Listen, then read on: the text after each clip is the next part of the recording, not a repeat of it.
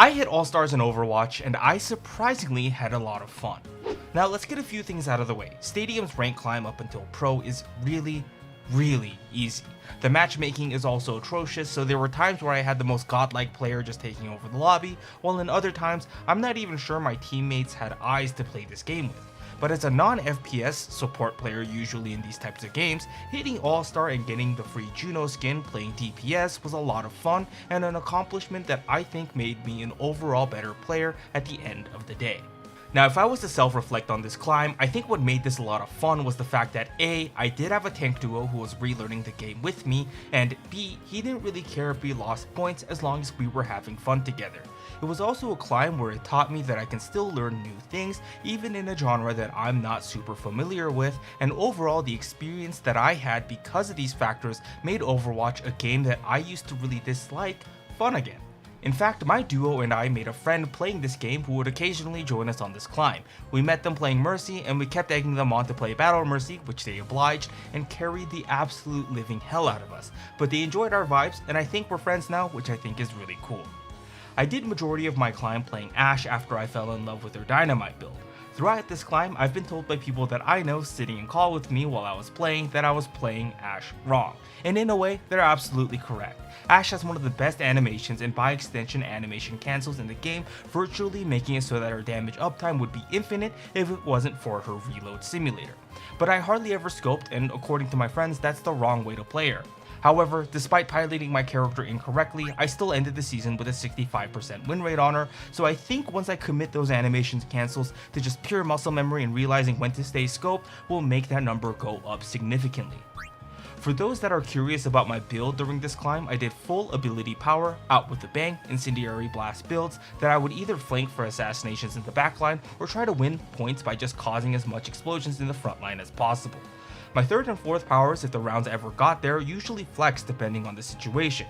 If there were teammates that were slacking, I like going Bob Jr. because having that extra body was nice, otherwise I would go double barrel if I feel like I needed just an additional thing of burst, or in really dire situations I started going reload therapy against teams that had heavy dive, though the cases of me going reload therapy were about 2 or 3 games, but it did give me that survivability against characters like Genji and Reaper that might be perma-focusing me. It did keep me alive and it does let me chuck more dynamite, so I think this might be worth exploring more as time goes on as an option. The characters that I found myself struggling against were a lot of the dive focused characters like Genji. They have a lot of movement, so I can't just dynamite one spot and hope for the best, they could just maneuver around it. Reaper is actually somewhat okay because if you see his teleport smoke, and most Reapers went Death Blossom build anyways, so I could just throw my dynamite where he was going to appear and insta kill him when he appeared. But the good Reapers that are hard to keep track of, I really struggled against. I also struggled against divas a lot because against good divas, they'll always just matrix the dynamite, so I'll have to lob my dynamite pretty high and then explode them, hope for the best. There were a few more hurdles that I think I faced, especially against the different tank characters like Orisa and Reinhardt, who had different methods of stopping my dynamites, but I chalked that one up to my matchup knowledge and I did find creative solutions to a lot of these characters. As for the Stadium game mode itself, Blizzard has a gem on their hands and one I think can really revitalize Overwatch. Making builds, customizing characters to do exactly what you want is a blast. There are for sure builds that are really strong, like the Kiriko Swift Step build that I think needs a tune-up, but getting to play the Fan the Hammer Cassidy, Rocket Soldier, Bomba Diva is a blast, and I hope they can continue to add and innovate new builds. But I also hope they don't forget to add some of the funnier builds like Garlic Armor Soldier or AP Roll Cassidy. These builds aren't good, but they're funny, and funny builds have a spot in the game as well. Now I assure you that Stadium is a great game mode, but I think there are a few things that do need to get addressed. I said a few things earlier before, but matchmaking in Stadium is atrocious and needs to get fixed. Characters like Freya on release could snowball and take over the game by herself, and that was no fun, so I get nerfing her income, but I feel now she doesn't even have a chance to keep up unless that Freya player is FPS Jesus reincarnated and never misses a shot.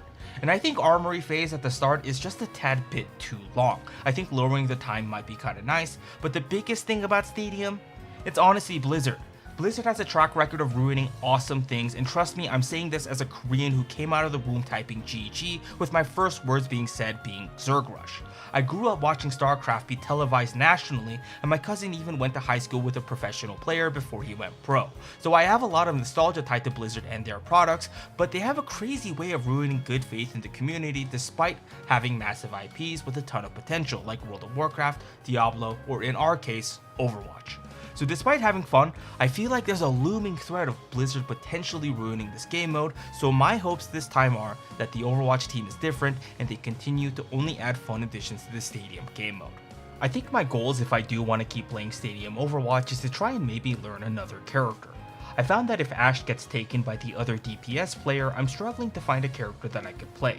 Maybe someone a bit more dive so I could pick and choose depending on what the situation calls for, but I really don't like Genji or Reaper at this moment, so I guess it's something that I should figure out when I get the chance to.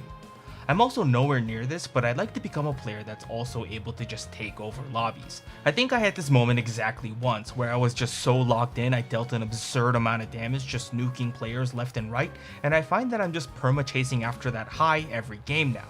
But I also understand that this really only comes from practicing good fundamentals, and it'll be a while before I can reach higher heights. And also special thank yous to Swoongi, my tank duo, and Macy, the Mercy player that adopted both Swoongi and I. Without you guys, the climb wouldn't have been nearly as fun, and I probably would have quit Overwatch 2 weeks into the game. And weird shout out to Twitch streamer Warren, who I found myself watching a lot during this 4 or 5 week of playtime, where I was able to absorb just a ton of knowledge. It's just my old man unk fingers can't keep up mechanically here and there, but huge shout outs to his videos, especially a Stadium guide that outlined the pros and cons of everything that has to do with Ashe. As for my final thoughts, Stadium is a blast, and while I'm not excited about Junkrat getting into my games, it's clear there is something special with this game mode, and I really hope that they don't mess this up. Other than that, playing Overwatch a little bit over a month has been incredibly fun. I can't wait for more additions into this game mode, but that's it from me. I hope to see you guys next time. I hope whatever this video was insightful, and hopefully I'll catch you guys next time. Hi, Post Jay here. Still ran out of footage to use, so using the Season 17 trailer. I wrote all of this down / my thoughts before the patch notes came out for Season 17, which does address my concern with things like Freya struggling in the mode, which makes me think I might just learn her instead, because I think she's still kind of broken, even for someone that plays like they have broken fingers like myself.